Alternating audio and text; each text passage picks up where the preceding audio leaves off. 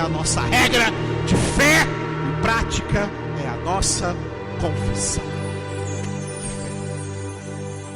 É a confissão da esperança. Nós demos um pequeno passo, amém? Nessa direção, em nome de Jesus. Eu sei que Deus fez grandes coisas nos nossos corações. Nós vimos que o capítulo 13, né, cujo título é, diga, manifestai a santificação.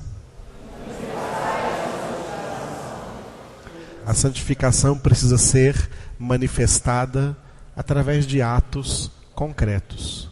Você prova com atos concretos no seu exterior, de maneira visível, o que está acontecendo dentro de você de maneira invisível. A santificação é interior, mas se manifesta no exterior através dos nossos atos. Esse capítulo ele tem um desenvolvimento, versículos de 1 a 17, que tem 2 títulos ali, diga, relacionamentos e doutrina. Os relacionamentos nós vimos na quarta-feira. Hoje vamos ver a doutrina. Tá? O autor dessa epístola aproveita estes últimos versículos aí desse desenvolvimento, do versículo 8 até o versículo 17, para falar acerca da perseverança na doutrina, na importância de nós mantermos a doutrina inabalável. E ele conclui depois a epístola, vamos concluir hoje, com essa conclusão aqui dos versículos 18 a 25, cujo título é, diga, Deus vos aperfeiçoe. Deus quer nos aperfeiçoar. Aleluia. Glória a Deus. Você é imperfeito? Eu também. E essa realidade de que nós somos imperfeitos é para nós nos acomodarmos nela? Deus quer nos aperfeiçoar. Esse aperfeiçoamento é chamado de santificação. Amém? Então nós vamos ver o desenvolvimento do capítulo 13. Já vimos os relacionamentos na quarta-feira. E o título que nós demos aqui para essa parte da doutrina é, diga, Jesus sempre. Aleluia. Vamos ler então Hebreus capítulo 13. Primeiro vamos ler do 8 ao 17. Do versículo 8 até o versículo 17. Todos juntos? Jesus Cristo, ontem e hoje, é o mesmo, e o será para sempre. Não vos deixeis envolver por doutrinas várias e estranhas, porquanto o que vale é estar o coração confirmado com graça, e não com alimentos, pois nunca tiveram proveito os que com isto se preocuparam. Possuímos um altar, do qual não tem direito de comer os que ministram no tabernáculo. Pois aqueles animais, cujo sangue é trazido para dentro do Santo dos Santos, pelo sumo sacerdote, como oblação pelo pecado, têm o corpo queimado fora do acampamento. Por isso foi que também Jesus, para santificar o povo pelo seu próprio sangue, sofreu fora da porta. Saiamos, pois, a ele fora do arraial, levando o seu vitupério. Na verdade, não temos aqui cidade permanente, mas buscamos a que há de vir. Por meio de Jesus, pois, ofereçamos a Deus sempre sacrifício de louvor, que é o fruto de lábios que confessam o seu nome. Não negligencieis igualmente a prática do bem e a mútua cooperação, pois com tais sacrifícios Deus se compraz. Obedecei aos vossos guias e sede submissos para com eles, pois velam por vossa alma como quem deve prestar contas, para que façam isto com alegria e não gemendo, porque isto não aproveita a vós outros. Aleluia. Todo esse texto que nós lemos, o principal versículo é o 8. Jesus Cristo ontem e hoje é o mesmo e o será para sempre. Repitam.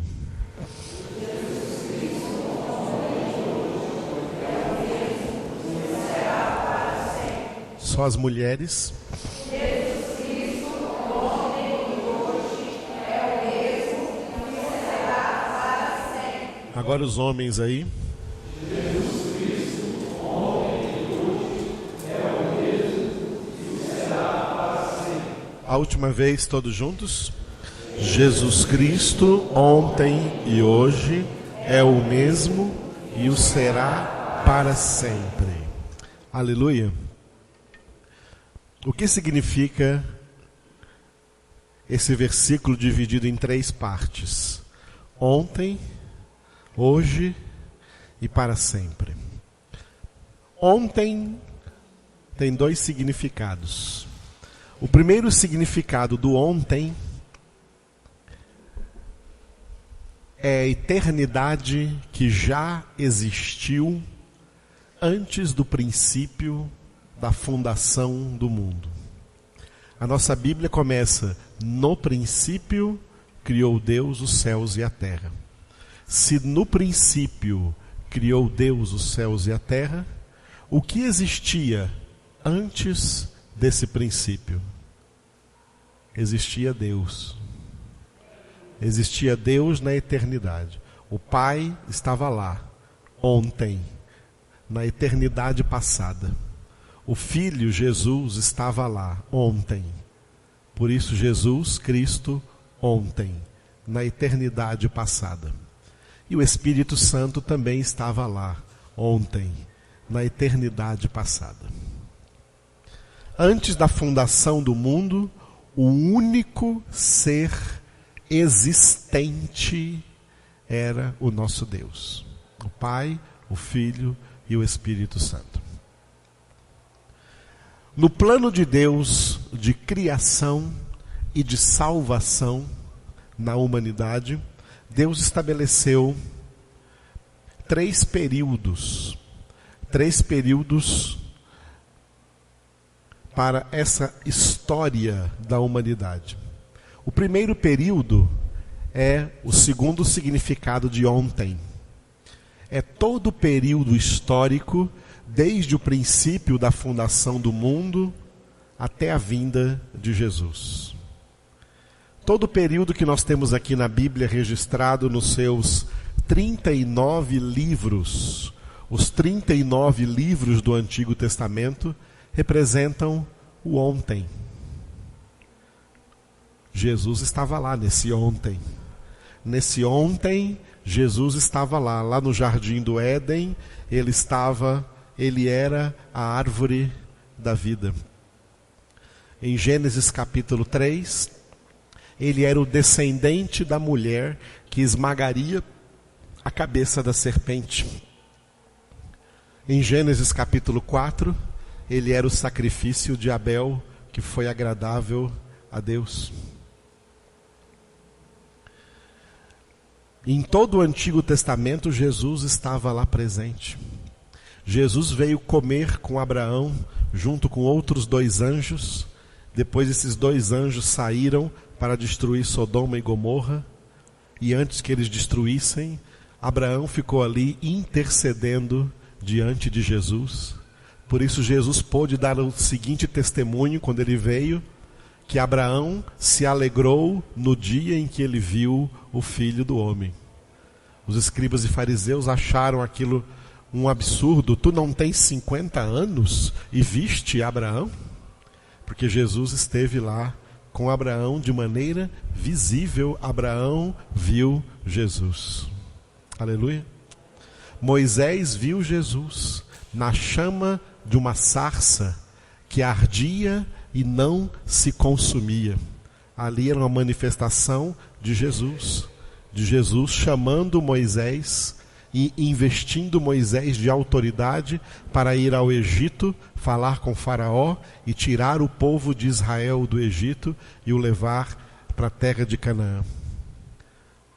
Jesus foi representado pelo Mar Vermelho que se abriu, o caminho seco que se abriu no meio do Mar Vermelho.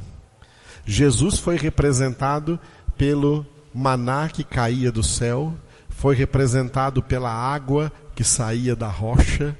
A rocha é Cristo, da qual nós também estamos bebendo. A rocha é a palavra de Deus, e dela sai a água viva que nós bebemos e nos fortalecemos. Jesus estava lá ontem, no Antigo Testamento, em todos os lugares. Jesus estava presente para derrotar Golias, usando como instrumento ainda um menino novinho chamado Davi. Jesus estava lá dentro da chama, da fornalha ardente, protegendo Sadraque, Mesaque e Abednego das chamas. Jesus estava o tempo inteiro no Antigo Testamento, na Antiga Aliança. Por isso esse versículo diz: Jesus Cristo ontem.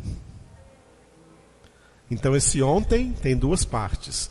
O ontem eterno, antes da fundação do mundo, e o ontem, que é o primeiro período histórico, o primeiro período, o período da primeira, da antiga aliança, a aliança de Deus com os descendentes de Abraão, Isaque e Jacó, o povo de Israel. Jesus estava lá. O hoje também tem dois significados. Jesus Cristo ontem e hoje. Hoje também tem dois significados.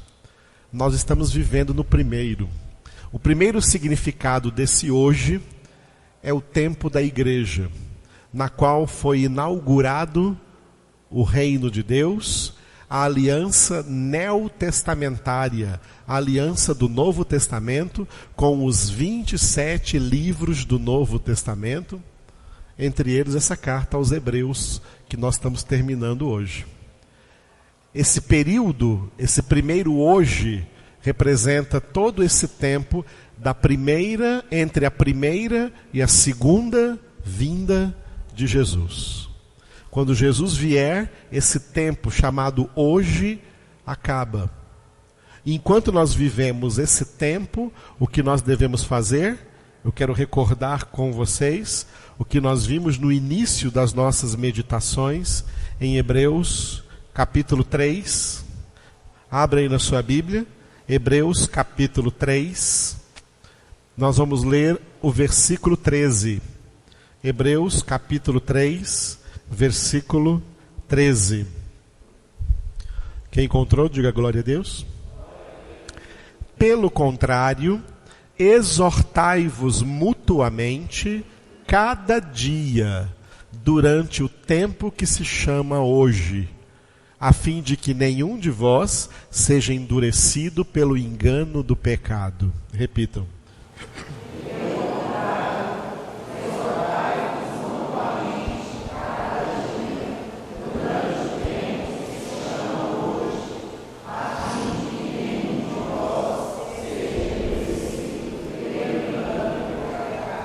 Na sua Bíblia, a palavra hoje está com letra maiúscula.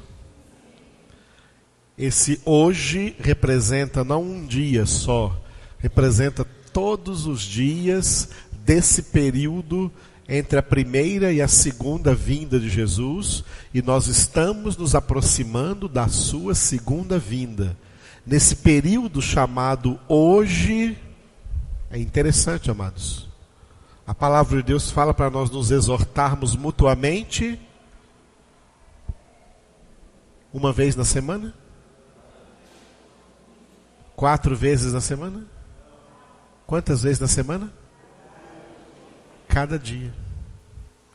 Foi baseado nisso que a igreja primitiva, quando nasceu no dia de Pentecostes, entendeu que tinha que se reunir todos os dias.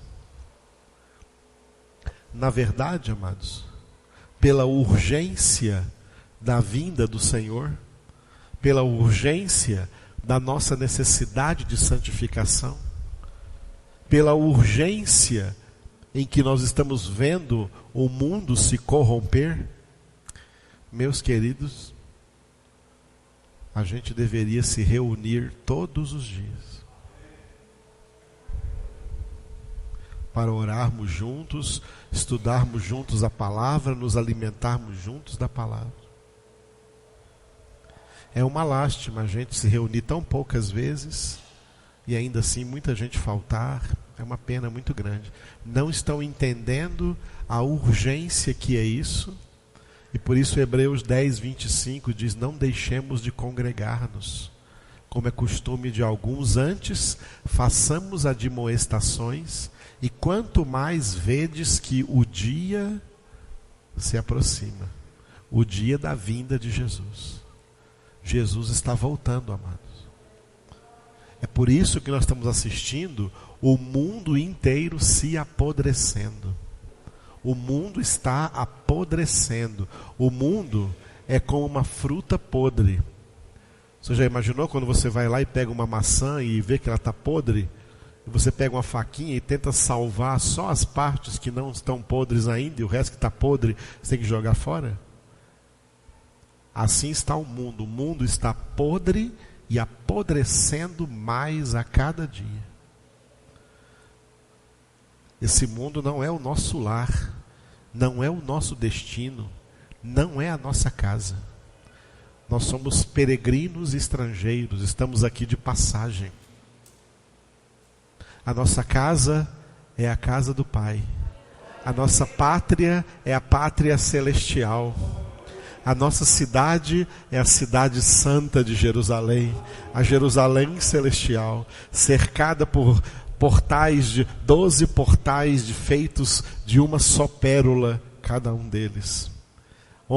Em cuja praça central está o trono de Deus e do Cordeiro, e do meio do trono de Deus e do Cordeiro brota o rio de água da vida do Espírito Santo de Deus, para nos dar vida eterna na presença de Deus. Lá é a nossa casa, nós estamos aqui de passagem. E enquanto estamos aqui, precisamos cada dia investir mais na nossa santificação. Cuidado para não ficar para trás, para não se amolecer, para não se desvanecer, misturando-se aí demais com o mundo, experimentando e amando as coisas do mundo, porque se alguém ama o mundo, não está nele o amor do Pai. Porque tudo o que há no mundo, nós vimos hoje em 1 João, é a concupiscência da carne, a concupiscência dos olhos e a soberba da vida. O mundo passa, bem como a sua concupiscência, mas o que faz a vontade de Deus permanece eternamente. Jesus hoje está conosco. Ele prometeu isso: eu estou convosco todos os dias até a consumação do século. Ele está conosco, mas é para falar conosco. Por isso, como diz o Salmo 95, hoje, se ouvirdes a sua voz, não endureçais o vosso coração. O mundo trabalha para endurecer o nosso coração. O príncipe desse mundo trabalha para endurecer o nosso coração. Por isso Jesus disse: vigiai e orai para que não entreis em tentação. O espírito, na verdade, está pronto, mas a carne é fraca. Então, hoje, Jesus está conosco para nos ajudar. A primeira parte desse hoje significa, então, o que nós estamos vivendo. Essa etapa do tempo entre a primeira e a segunda vinda de Jesus. Mas depois da segunda vinda de Jesus, continua um hoje, uma terceira etapa que ainda faz parte desse hoje, que é o reino milenar de Cristo. Quando Cristo estiver reinando por 1000 anos, Satanás estará aprisionado e uma nova humanidade será gerada aí no milênio. Esse milênio está contado aqui nessa palavra hoje. Nós estamos vivendo essa primeira etapa do hoje e o milênio será a segunda etapa do hoje. Jesus Cristo ontem e hoje, e a terceira etapa para sempre. O mesmo o será para sempre. Para sempre, depois do reino milenar, depois do milênio virá então o definitivo para sempre, onde Jesus para sempre estará na glória com todos os eleitos, com todos os salvos, com todos os redimidos, com todos os que se santificaram, com todos quantos o buscaram de todo o seu coração e buscaram a sua face e amaram a sua presença e amaram a sua palavra. Para sempre Jesus estará revelando para nós a face do Pai, revelando para nós a palavra de Deus que ainda está para ser revelada, porque o que nós temos na Bíblia é um resumo de tudo quanto Deus ainda vai nos revelar na glória eterna. O que nós temos na Bíblia é o que Deus julgou na sua sabedoria suficiente para a nossa salvação, para a nossa santificação. A palavra de Deus tem o que é suficiente para a nossa salvação. Se nela meditarmos de dia e de noite, como está no Salmo número 1, e colocarmos em prática na nossa vida, como tanto nós meditamos hoje à tarde. Glória a Deus. Então diga: Jesus Cristo ontem e hoje é o mesmo e o será para sempre. Jesus Cristo é o Verbo de Deus. Ele é a Palavra de Deus. Nós vimos hoje à tarde que o nosso ministério, o ministério da Igreja de Cristo Jesus, é o pleno conhecimento da Palavra de Deus. Foi por isso que Jesus recebeu toda a autoridade da parte do Pai, nos céus e sobre a terra, para nos ordenar a fazer discípulos, ensinando-os não coisas diferentes, não doutrinas diferentes, mas ensinando-os a guardar tudo o que Jesus nos tem ordenado. O que Jesus nos tem ordenado está aqui, na palavra de Deus. Não ensinar doutrinas diferentes. O catolicismo romano desviou-se da Bíblia para ensinar a doutrina romana, que eles mesmos criaram. O catolicismo se chama de igreja cristã. Dizem que crê em Jesus Cristo, que lê lá o Evangelho de Jesus Cristo. Mas a fé católica é uma fé antibíblica. Não é uma fé que vem pela palavra. É uma fé que desrespeita a palavra, que desobedece a palavra, que faz imagens de escultura, que adora a ídolos, que invoca mortos, porque invoca pessoas que já morreram, como se elas já fossem santas, como se já estivessem canonizadas no céu, quando a Bíblia diz que ninguém subiu ao céu, a não ser aquele que desceu do céu, o Filho do Homem que está no céu. A Igreja Católica criou várias doutrinas, que não são doutrinas bíblicas, portanto não são de Jesus Cristo, elas ultrapassam as doutrinas bíblicas, a doutrina da palavra de Deus. Por isso nós devemos considerar essas doutrinas católicas como, diga a palavra? O que é isso? Vocês estão me decepcionando. Mas não é essa palavra, é heresia, está certo. Anátema! Não é isso que está em Gálatas? Lembram de Gálatas? Acho que vocês não estão lembrando. Então abre aí, Gálatas, capítulo 1. Gálatas, capítulo 1. Gálatas, capítulo 1. E vocês vão ler comigo do versículo 6 ao versículo 9. Do versículo 6 ao versículo 9. Encontraram? Juntos. Admira-me que estejais passando tão depressa daquele que vos chamou na graça de Cristo para outro evangelho, o qual não é outro, senão que há alguns que vos perturbam e querem perverter o evangelho de Cristo.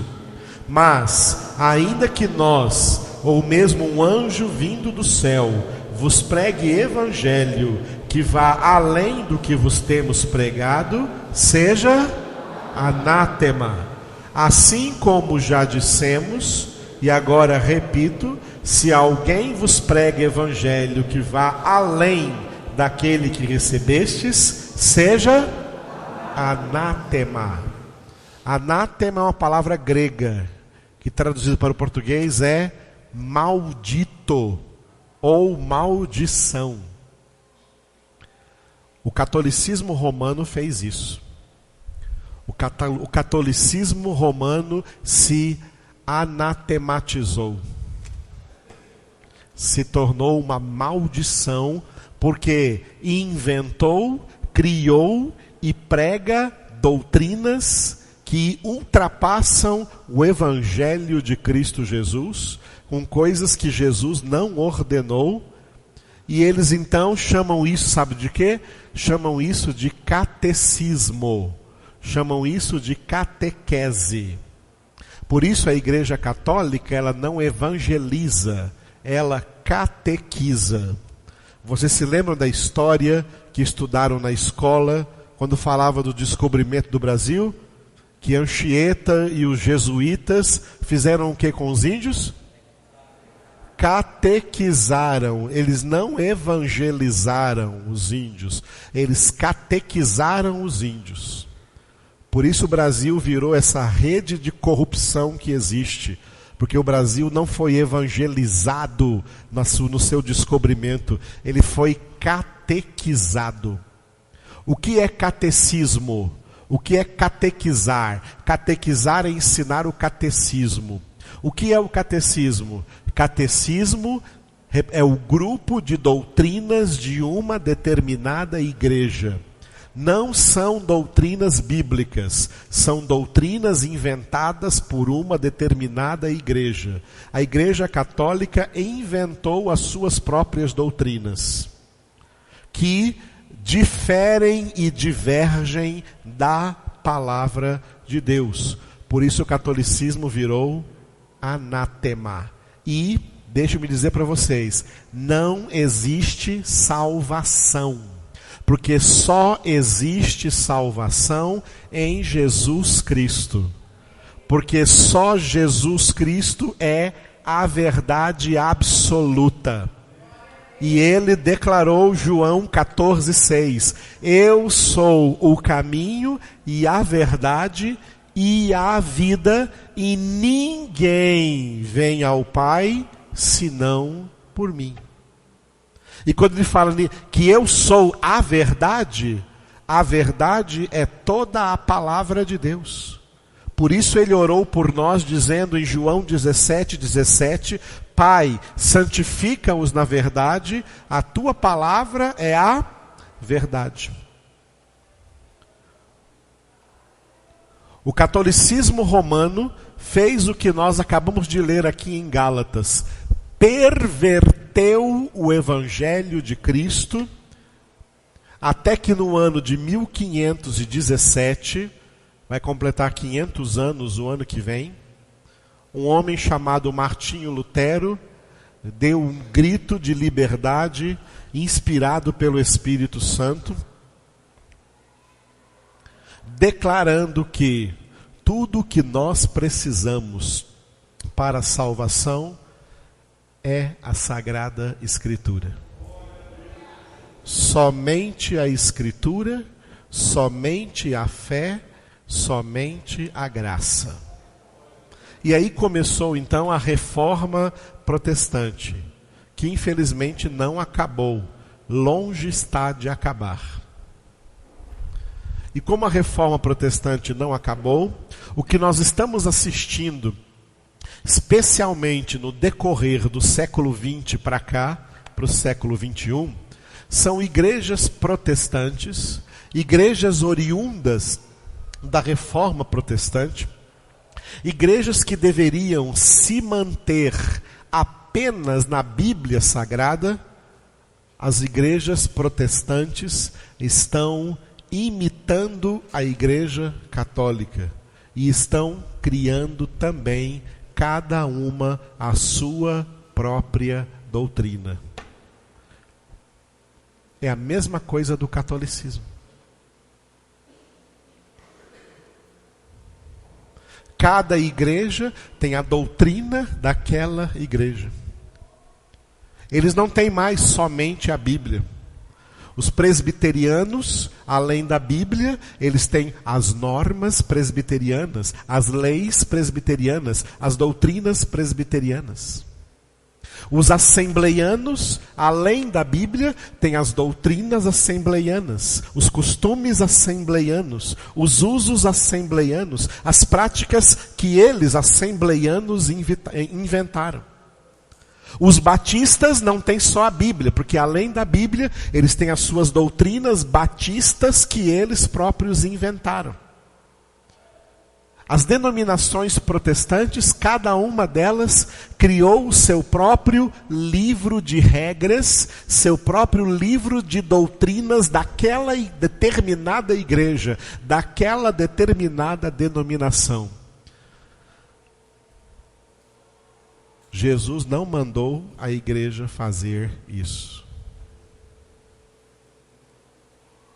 Perguntem para mim se nós temos aqui algum livro. Qual é o livro de regras do nosso Ministério Internacional Cristo Vive? Só ela. Aqui não tem catecismo. Aqui tem apenas a doutrina de Cristo. O Evangelho de Cristo. E com isso não estamos querendo dizer assim, só na nossa igreja que tem a verdade. Não estamos dizendo nada disso não. Nós estamos aqui sim pregando a verdade. E faz parte dessa verdade denunciar o que vocês devem saber. E se tiverem dúvida, basta sair por aí e procurar. Que a maioria das igrejas instituídas por aí, que tem 100 anos de idade, 200 anos de idade, tantos anos de igreja, todas elas construíram suas próprias doutrinas que as diferenciam das demais igrejas. Na Bíblia, os seguidores de Cristo eram chamados de cristãos. Atos capítulo 11. Hoje não. Hoje são chamados de presbiterianos, batistas, assembleianos, católicos. Eu sou a universal. Vocês estão entendendo? Porque cada uma tem esse nome, porque cada uma segue a doutrina fechada daquela denominação. Eles caíram naquilo que o apóstolo Paulo tentou orientar a igreja dos Coríntios. Quando Paulo escreveu a primeira carta aos Coríntios, ele escreveu pelo seguinte motivo: irmãos, que escândalo! Eu fiquei sabendo que no meio de vocês está tendo uma linguagem esquisita aí. Tem um grupo aí dizendo eu sou de Paulo, outro grupo dizendo eu sou de Apolo, outro grupo dizendo eu sou de Cefas, e um grupinho aí perdido que não sabe de quem que é e diz assim, eu sou de Cristo.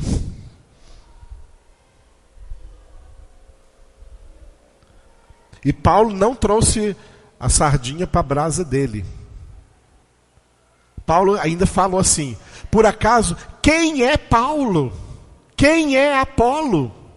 Nós somos simples servos que vos pregaram a palavra de Deus, mas vós sois de Cristo, e Cristo é de Deus. Aleluia, amados.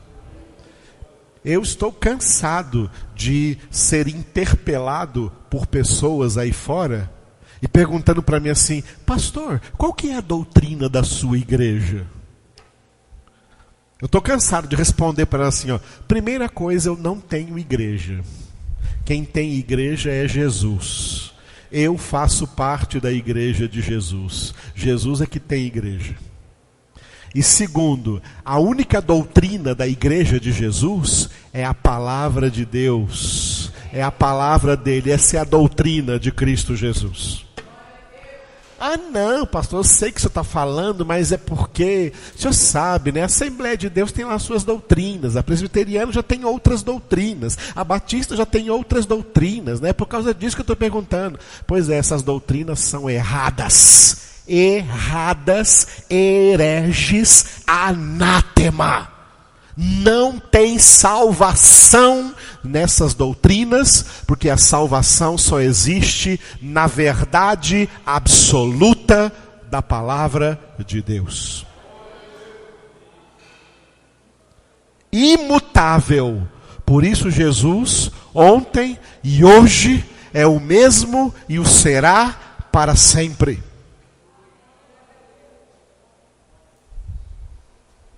Aleluia, amados. Por isso o versículo 9, veja agora Hebreus, volta para o capítulo 13, versículo 9. Só vamos ler até onde está escrito graça. Não vos deixeis envolver por doutrinas várias e estranhas. Leia só até aí.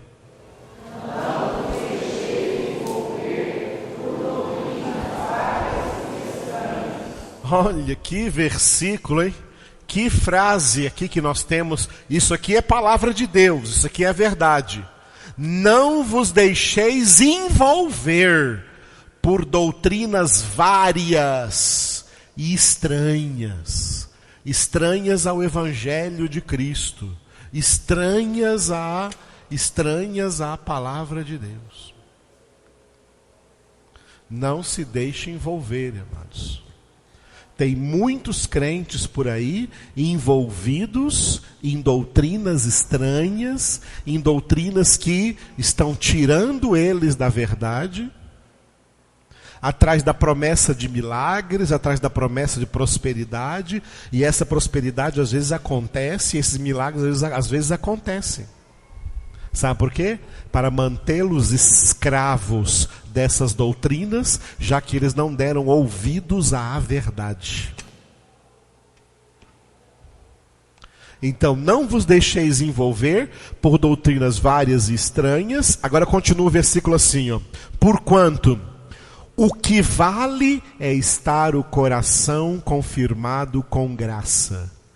Leia só essa frase aqui, ó. O que vale é estar o coração confirmado com graça. Leia. O que vale é estar o coração confirmado com graça. E este é o evangelho da graça. Este é o evangelho de Cristo. Somos salvos por graça mediante a fé. Aleluia. Somos justificados por graça mediante a fé. Onde abundou o pecado, superabundou a graça de Deus. É em Cristo e só em Cristo que nós temos salvação. Glória a Deus, amados.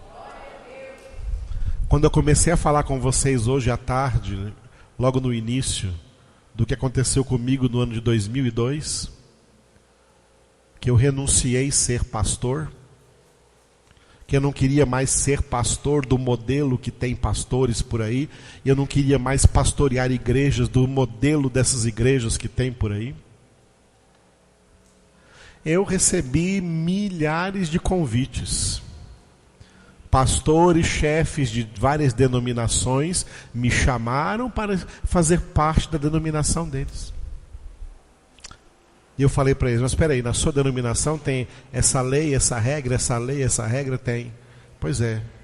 É bom para você que eu não vá para lá, porque eu vou ser contra isso aí. Eu vou bater de frente com isso daí. Se eu for para essa igreja, eu vou bater de frente com essa regra aí, porque eu só quero a palavra de Deus e mais nada. Entenderam, amados?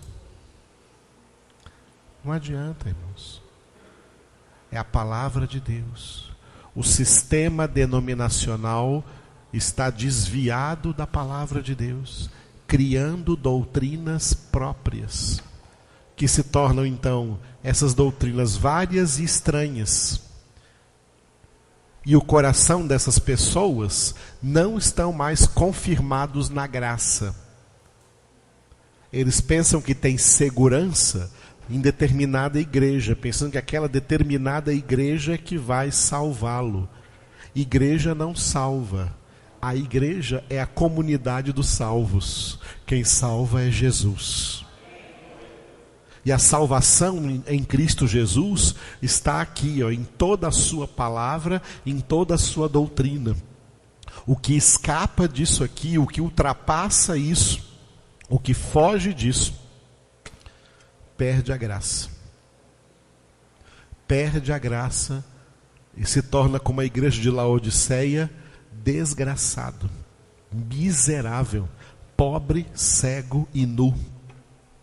Porque Cristo não está mais nessa igreja que renunciou o seu evangelho em nome da doutrina pessoal própria que ela criou. Jesus não mandou a igreja criar doutrina. Jesus mandou a igreja ensinar a doutrina dele. A doutrina de Cristo Jesus. Daqui para frente, o autor de Hebreus volta um pouco aquilo tudo que nós já falamos em Hebreus, das práticas do Antigo Testamento com relação a alimentos, com relação ao tabernáculo, ao Santo dos Santos, ao altar dos holocaustos, ao culto da antiga aliança. Ele usa isso como exemplo.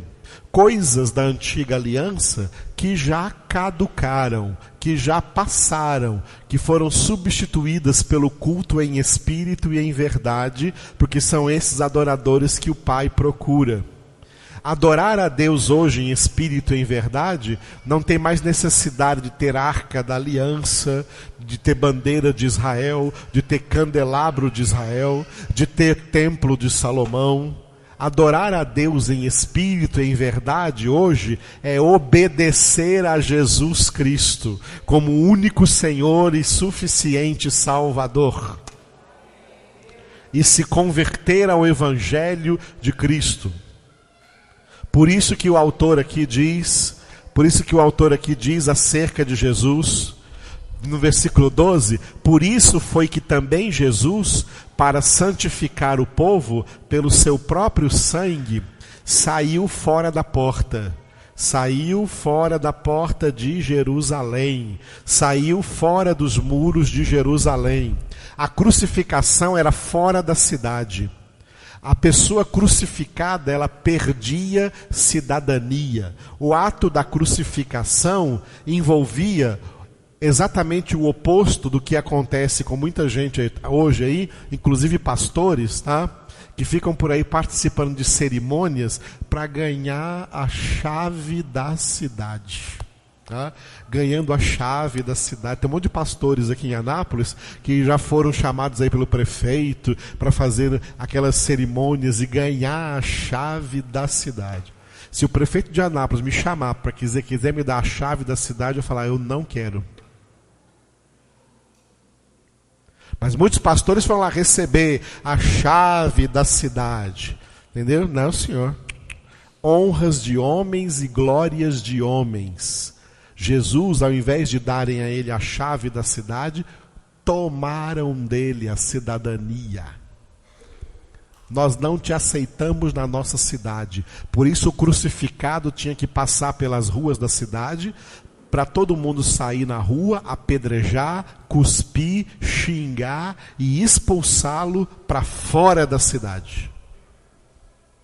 Ao sair de Jerusalém para ser crucificado no Monte Calvário, Jesus estava cancelando todas as doutrinas que eram vividas dentro do templo de Jerusalém, que eram vividas na religiosidade de Jerusalém, para estabelecer o Novo Testamento, a doutrina da nova aliança. Portanto, O versículo 13 diz: saiamos, pois, a ele, fora do arraial, levando o seu vitupério. Levando a sua vitupério é vergonha. Levando a sua vergonha. Cristo abdicou das religiosidades que eram estabelecidas na antiga aliança. Na nova aliança, o culto a Deus é em espírito e em verdade. O culto a Deus é apresentar o seu corpo, sua alma e seu espírito por sacrifício vivo, santo e agradável a Deus. Este é o vosso culto racional. E não vos conformeis com este século, mas transformai-vos mediante a renovação da vossa mente, para que experimenteis a boa, agradável e perfeita vontade de Deus, que é a nossa santificação, sem a qual ninguém verá o Senhor. Hoje no mundo evangélico por aí, estão ressuscitando um monte de defuntos do passado, trazendo coisas para a igreja que não deveriam estar mais presentes, enchendo as igrejas de elementos judaicos, de elementos de Israel, reconstruindo a arca da aliança, dando arquinhas da aliança para as pessoas levarem para suas casas, elementos que Jesus deu às costas, que Jesus deixou para trás, porque o sangue de Jesus, o sacrifício de Jesus, cancelou todos esses cultos, porque eles não são mais necessários, porque tudo o que nós precisamos, nós já temos conosco, e se chama Jesus. Quem tem Jesus não precisa de arca da aliança. Quem tem Jesus não precisa de campanhas. Quem tem Jesus não precisa de votos. Quem tem Jesus só precisa obedecê-lo e imitá-lo na sua obediência ao Pai, obediência até a morte e morte de cruz. Por isso, versículo 14, na verdade, não temos aqui cidade permanente, não temos aqui nenhuma Jerusalém, mas buscamos a que há de vir, buscamos a nova Jerusalém.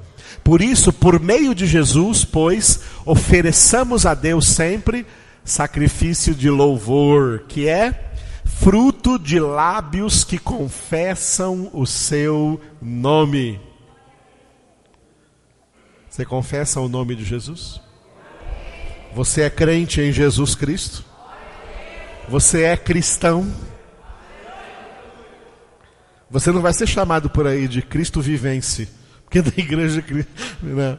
Você vai ser chamado de cristãos. Você vai ser chamado de filhos de Deus. Vão ser chamados de servos de Deus, de pessoas obedientes a Deus. Aleluia. 16. Não negligencieis, enquanto isso, o que devemos fazer na prática?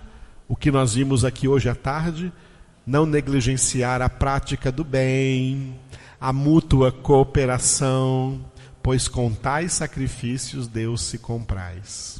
Aleluia, porque é fruto de quem tem Jesus no seu coração. E em relação aos pastores, aqueles que estão pregando para vocês o Evangelho, como eu faço aqui, obedecei aos vossos guias e sede submissos para com eles, pois velam por vossa alma. Sabia que eu velo pela alma de todos vocês? O que eu mais quero na minha vida é ver você no céu. Se eu for para o céu e não ver você lá, eu vou falar para Jesus: Jesus, que pena, fulano não veio.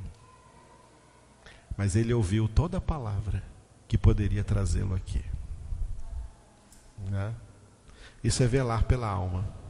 Como quem deve prestar contas, para que façam isto com alegria e não gemendo, porque isto não aproveita a vós outros. Glória a Deus, amados. Tudo que eu quero é ver você no céu, ver você na glória.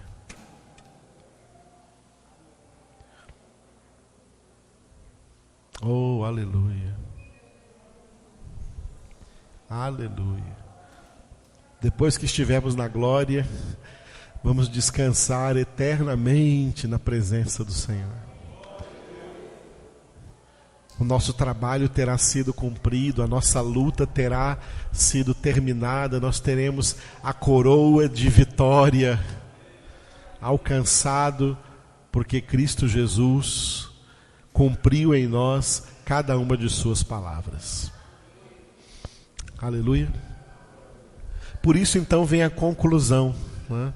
A conclusão dessa epístola, nos últimos versículos então, versículos 18 para frente, onde o autor escreve algumas orientações, né, práticas. Ele começa no 18 dizendo: orai por nós. Vamos ler juntos? 18. Orai por nós, pois estamos persuadidos de termos boa consciência, desejando em todas as coisas viver condignamente. Aleluia. Rogo-vos com muito empenho que assim façais, a fim de que eu vos seja restituído mais depressa. O autor deveria estar preso ou viajando em alguns outros lugares para ser restituído depois a essa comunidade, está presente com eles. Ora, o Deus da paz, versículo 20, que tornou a trazer dentre os mortos a Jesus, nosso Senhor, o grande pastor das ovelhas, pelo sangue da eterna aliança, 21, vos aperfeiçoe em todo o bem, para cumprirdes a sua vontade. Qual é a vontade de Deus? É isso que o autor está dizendo aqui, que o Deus da paz vos aperfeiçoe em todo o bem, para cumprirdes a sua vontade, operando em vós o que é agradável diante dele, por Jesus Cristo, a quem seja a glória para todos sempre. Amém. Rogo-vos ainda, irmãos, que suporteis a presente exortação, tanto mais quanto vos escrevi resumidamente. Está vendo, irmão? Essa carta aqui foi uma carta resumida. Sabe onde nós estamos aqui hoje? Essa é a nossa 110ª pregação dentro de Hebreus. Estamos terminando Hebreus com 110 pregações. Eu vi em todas. 110 pregações de Hebreus. Isso é histórico. Viu? Muita gente não está fazendo nem nada igual, parecido por aí. São 110 pregações só aqui dentro de Hebreus. Foi só 110 porque foi resumidamente. Ainda foi resumido. Tudo que nós falamos aqui foi resumidamente. Sabe por quê? Porque temos zelo verdadeiro por todos vocês. Amém, queridos? Da mesma forma, então eu quero exortar vocês a não perder nenhuma das pregações que vão começar amanhã à noite no Evangelho segundo João. Não deixa Satanás tirar de você essa glória. Não deixa o diabo te roubar. Não seja bobo. Não deixa Satanás te passar a perna.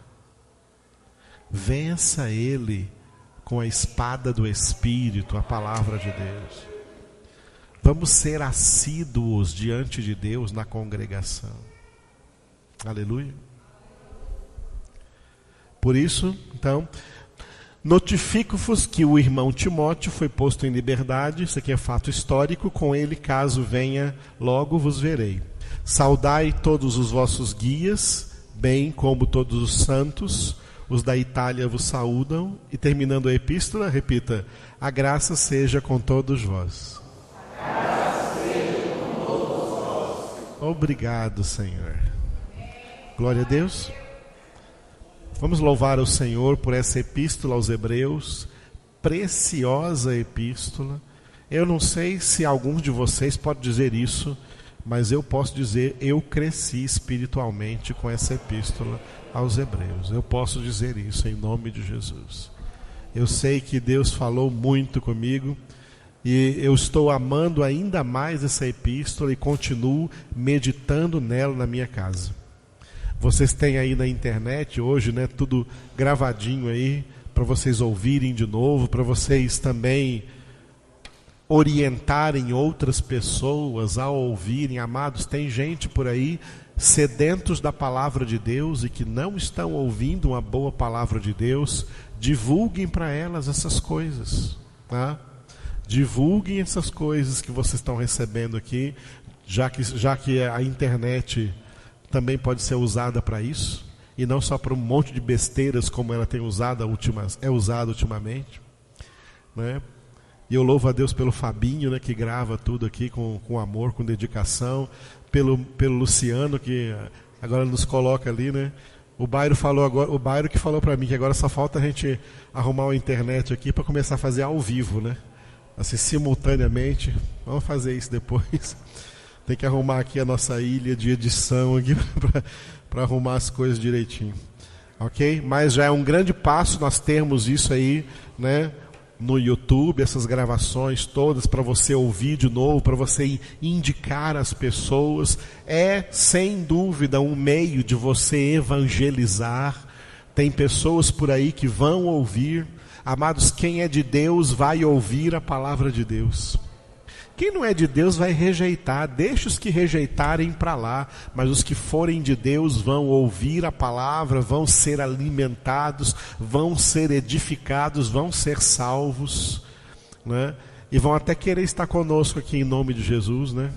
Como nós recebemos o Eurípides e a Doris aqui, depois que eles ouviram a palavra e não perdem uma só congregação, né? Louvado seja Deus pela vida deles.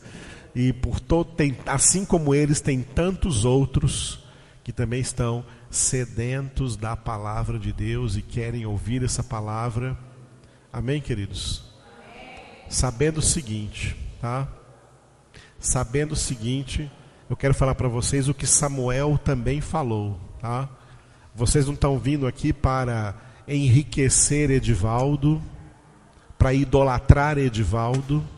Eu não sou absolutamente nada. Eu sou digno da mais justa condenação.